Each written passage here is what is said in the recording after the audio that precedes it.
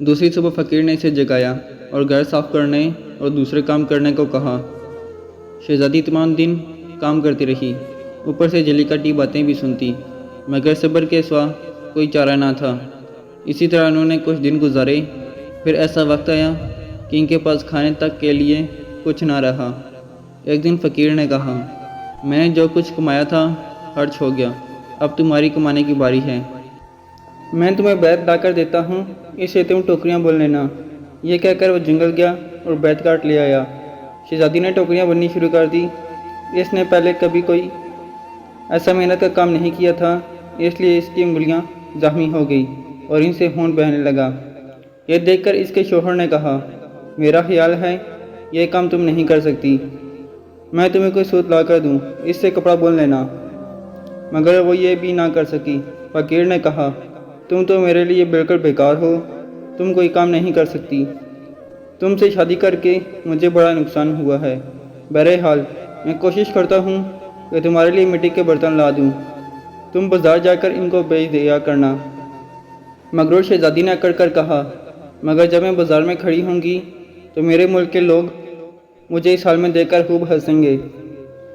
فقیر نے کہا، یہ میرا مسئلہ نہیں ہے، اگر تم بھوک سے مرنا نہیں چاہتی تو تمہیں یہ کام کرنا پڑے گا۔ مٹی کے برتن بیچنے کا کام بہت اچھا چل رہا تھا۔ لوگ جب ایک خوبصورت لڑکی کو بازار میں برتن بیچتے دیکھتے تو اس پر ترس کھا کر کچھ نہ کچھ خرید لیتے۔ برتن بکے تو فقیر نے اور برتن لا کر دے دیے۔ اسی دوران ایک اصیل بدمزاج سپاہی وہاں سے گزرا۔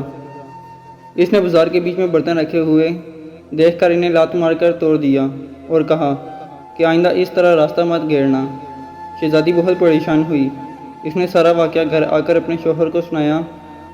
تم انتہائی بے وقوف ہو، تم سے کس نے کہا تھا کہ بیچ بازار میں برتن لے کر بیٹھ جاؤ؟ اور وہاں سے لوگوں کو گزرنے میں دشواری ہوتی ہے۔ میرا خیال ہے کہ یہ بھی تمہارے بس کا کام نہیں ہے۔ خیر میں شاہی محل جاؤں گا، ہو سکتا ہے کہ وہاں تمہارے لیے کوئی کام نکل آئے۔ یہ کہہ کر وہ شاہی محل روانہ ہو گیا۔ شام کو فقیر نے واپس آ کر کہا، شاہی محل میں تمہارے لیے مددگار باورچن کی جگہ مل گئی ہے، اب کم از کم ہمیں کھانے کا خوب مل جایا کرے گا۔ اور اس طرح مغرور شہزادی ایک مددگار باورچن بن گئی۔ وہ ہر روز صبح سے شام تک باورچی خانے کے سارے کام کرتی اور شام کو لوگوں کے آگے کا بچا ہوا کھانا لے کر گھر آ جاتی، اور اس طرح دونوں میاں بیوی کا گزارا ہو جاتا۔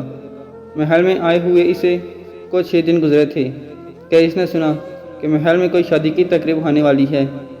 مقررہ دن جب مہمان آنے شروع ہوئے تو باورچی خانے کی کھڑکی سے انہیں دیکھ رہی تھی۔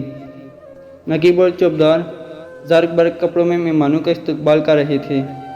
ہر طرف بڑی شان شوکت اور دوم و دام نظر آ رہی تھی، لیکن شہزادی اپنی قسمت پر آنسو بہا رہی تھی اور اپنے غرور تکبر اور بے وقوفی پر پچھتا رہی تھی۔ اسی دوران کچھ خادمائیں آئی اور انہیں اس کو بہت سے مزیدار کھانے دیے، جو اس نے ٹوکری میں رکھ لیے اور گھر کی طرف چل پڑی۔ ابھی وہ محل کے دروازے سے گزر ہی رہی تھی کہ اچانک ایک بہت ہی زرق برق لباس والے ایک شاندار اور خوبصورت شخص نے اس کا راستہ روک لیا۔ شہزادی نے نگاہ اٹھا کر دیکھا کہ وہی داڑھی والا بادشاہ تھا جس کا اس نے خوب مذاق اڑایا تھا۔ وہ خوف اور شرم سے کانپنے لگی۔ بادشاہ اسے لے کر ہال میں پہنچا۔ اتنے سارے لوگوں کو دیکھ کر اسے اپنے پر قابو نہ رہا اور گھبراہٹ میں ٹوکری اس کے ہاتھ سے گر گئی اور اس میں سے کھانا نکل کر چاروں طرف بکھر گیا۔ تمام درباری ہنسنے لگے۔ شہزادی کا یہ حال تھا کہ کسی طرح زمین پھٹ جاتی تو وہ اس میں سما جاتی۔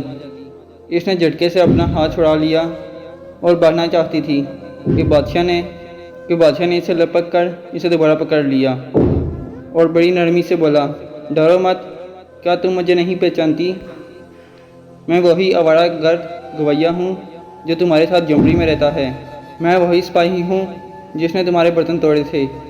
یہ سب کچھ میں نے اس لیے کیا تھا کہ میں تمہیں پسند کرتا تھا اور تم سے شادی کرنا چاہتا تھا۔ اب تمہارے غرور کا علاج ہو چکا ہے اور تمہیں اچھا سبق مل گیا ہے۔ پچھلی باتوں کو بھول جاؤ، دیکھو آج تمہاری شادی کی تقریب ہو رہی ہے۔ اس وقت کنیزیں آئی اور اسے اپنے ساتھ لے گئی۔ شہزادی کو نہلا دھلا کر دلہن کا لباس پہنایا گیا۔ جب وہ دوبارہ ہال میں آئی تو دیکھا کہ اس کے والدین اور اس کے تمام درباری بھی وہاں جمع ہیں۔ سب لوگوں نے اسے مبارکباد دی۔ اب شہزادی بالکل بدل چکی تھی۔ اس کا غرور، اکڑ اور دوسروں سے نفرت ختم ہو چکی تھی۔ اس نے زندہ رہنے کا ڈنگ سیکھ لیا۔